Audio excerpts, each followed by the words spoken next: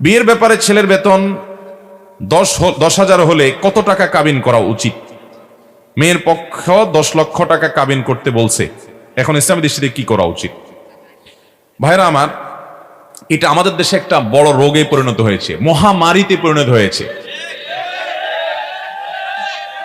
ব্যাপার কি? সব নারায় তাকবীর শুরু করছে কেন ভাই? বিপদে আছেন সব? আহা, মেয়ের বাবা যারা আছেন ভালো করে শুনে রাখেন, খুব সিরিয়াস কথা। আমি বিভিন্ন সময় বলার চেষ্টা করি, বিয়ে বরকতপূর্ণ হওয়ার জন্য 3টি পূর্ব শর্ত আছে।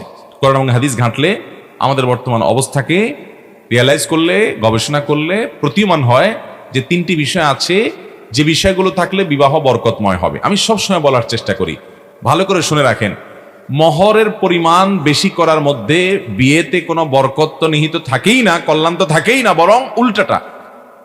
নবী করিম সাল্লাল্লাহু আলাইহি সাল্লাম থেকে যে সমস্ত হাদিস বর্ণিত হয়েছে সেগুলো যদি আপনি সামনে রাখেন, একটা হাদিস আছে, ইন্না আযমান নিকাহি বারাকাতান আইসারুহা মাউনাহ, সবচেয়ে বরকতময় বিয়ে হলো সেই বিয়ে যে বিয়েতে মহরের পরিমাণ সবচেয়ে সহনীয় থাকে, কম থাকে। তাহলে 10 লাখ 20 লাখ টাকা মহর হলে সেই বিয়ে বরকতময় হবে? হ্যাঁ, ছেলে যদি ওরকম সামর্থ্যবান হয় তাহলে 10 লাখ টাকা 10 কোটি টাকাও দিতে পারে, সেটা তো ভিন্ন বিষয়, তার সামর্থ্য অনুযায়ী সে দিবে। এই জন্য সাহাবীরা বলতেন যে মেয়ের বিয়েতে মোহর বেশি হয় যদি গর্বের বিষয় হতো, তো মুহাম্মদ সাল্লাল্লাহু আলাইহি সাল্লামের মেয়েদের বিয়েতে অনেক মোটা অঙ্কের মোহর ধরা হতো। তোমাদের মেয়েরা তাদের চাইতে বেশি দামি হতে পারে না, তাহলে কেন অত টাকা মোহর ধার্য করছো? আজ বিয়েকে কঠিন করা হচ্ছে, শুধু মোহর কেন?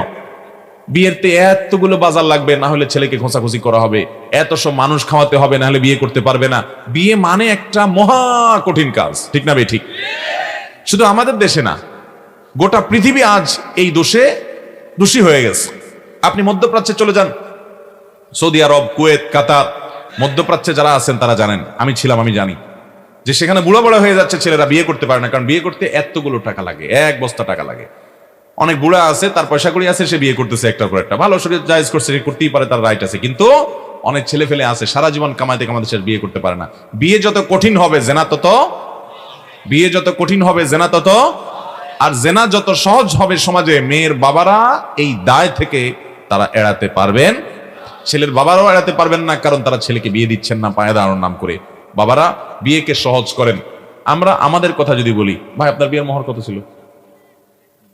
হ্যাঁ, 1.5 লাখ তো অনেক টাকা ছিল।